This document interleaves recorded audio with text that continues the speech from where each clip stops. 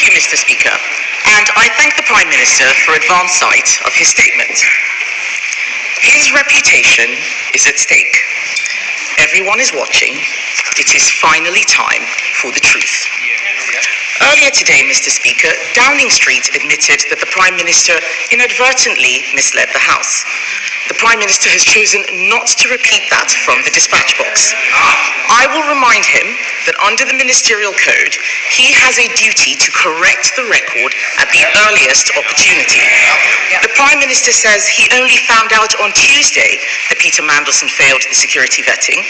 The earliest opportunity to correct the record was Prime Minister's questions on Wednesday, almost a week ago. This is a breach of the Ministerial Code. Under that code, he is bound to be as open as possible with Parliament and the public in answering questions today. So let me start with what we do know. We know the Prime Minister personally appointed Peter Mandelson to be our ambassador to the United States. We know that Mandelson had a close relationship with a convicted paedophile. We know that he had concerning links with Russia and China, links that had already raised red flags. We know that the Prime Minister announced the appointment before vetting was complete, an extraordinary and unprecedented step for the role of US ambassador. The Prime Minister says that it was usual for this because it was a political appointment. So I will remind him and the rest of the Labour front bench who are heckling that Peter Mandelson was a politician who had been sacked twice from government for lying. That meant he should have gone through the full security process.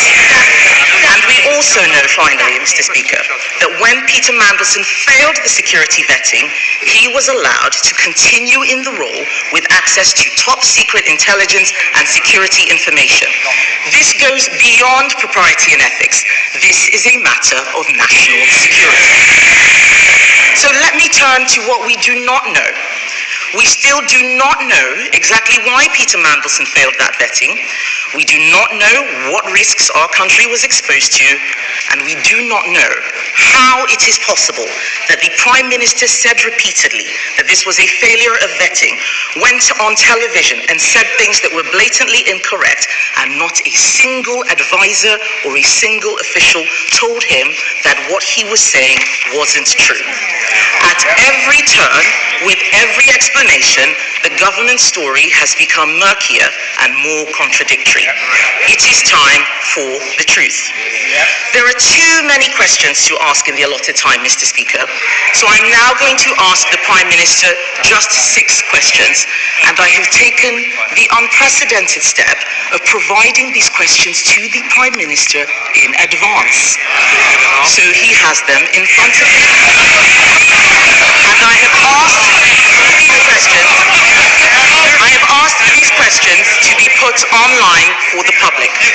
They and I expect him to answer.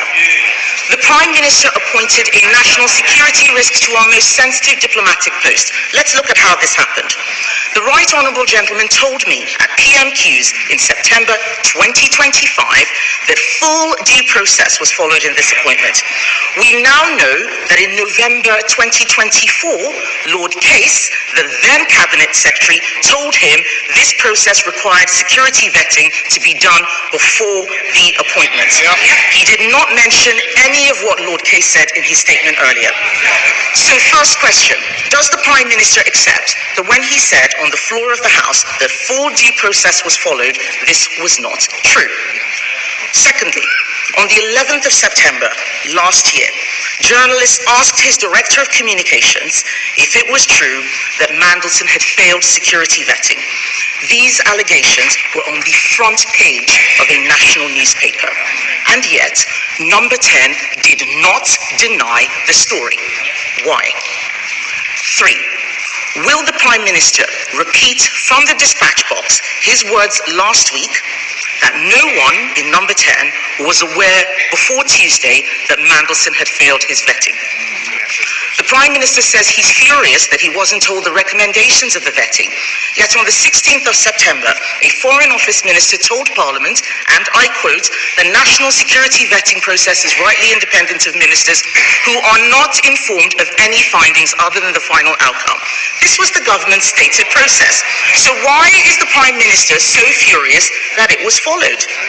On the 4th of February 2026, the Prime Minister, fifth question, Mr. Speaker, on the 4th of February 2026, the Prime Minister told me from the dispatch box that the security vetting he had received had revealed Mandelson's relationship with Epstein.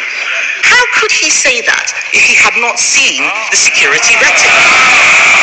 And finally, Mr. Speaker, Starmer is a Russian defense company closely linked to the Kremlin and Vladimir Putin's war machine. Was the Prime Minister aware before the appointment that Peter Mandelson had remained a director of that company long after Russia's invasion of Crimea? Mr. Speaker, everyone makes mistakes. It is how you face up to those mistakes that shows the character of a leader. Instead of taking responsibility for the decisions he made, the Prime Minister has thrown his staff and his officials under the bus. This is a man who once said, "I will carry the can for the mistakes of any organization I lead." Instead, he has sacked his cabinet secretary. He has sacked his director of communications. He has sacked his chief of staff. And he has now sacked the permanent secretary of the Foreign Office. All of these people fired for a decision he made. The Right Honourable Gentleman's defence is that he, a former director of public prosecutions, is so lacking in curiosity that he chose to ask no questions about the vetting process. He asked no questions about Mandelson's relationship with Epstein. He asked no questions about the security risk Mandelson posed. Apparently, he didn't even speak to Peter Mandelson before his appointment. It doesn't appear that he asked any questions at all. Why? Because he didn't want to know. He had taken the risk. He had chosen his man. Whitehall had to follow. It is the duty of the Prime Minister to ensure he is telling the truth. Or does the Ministerial Code not apply to him? I'm only holding the Prime Minister to the same standard to which he held others. On the 26th of January 2022, the Right Honourable Gentleman said to a previous Prime Minister, and this dispatch box, if he misled the House, he must resign. Does he stand by those words, or is there one rule for him and another for everyone else?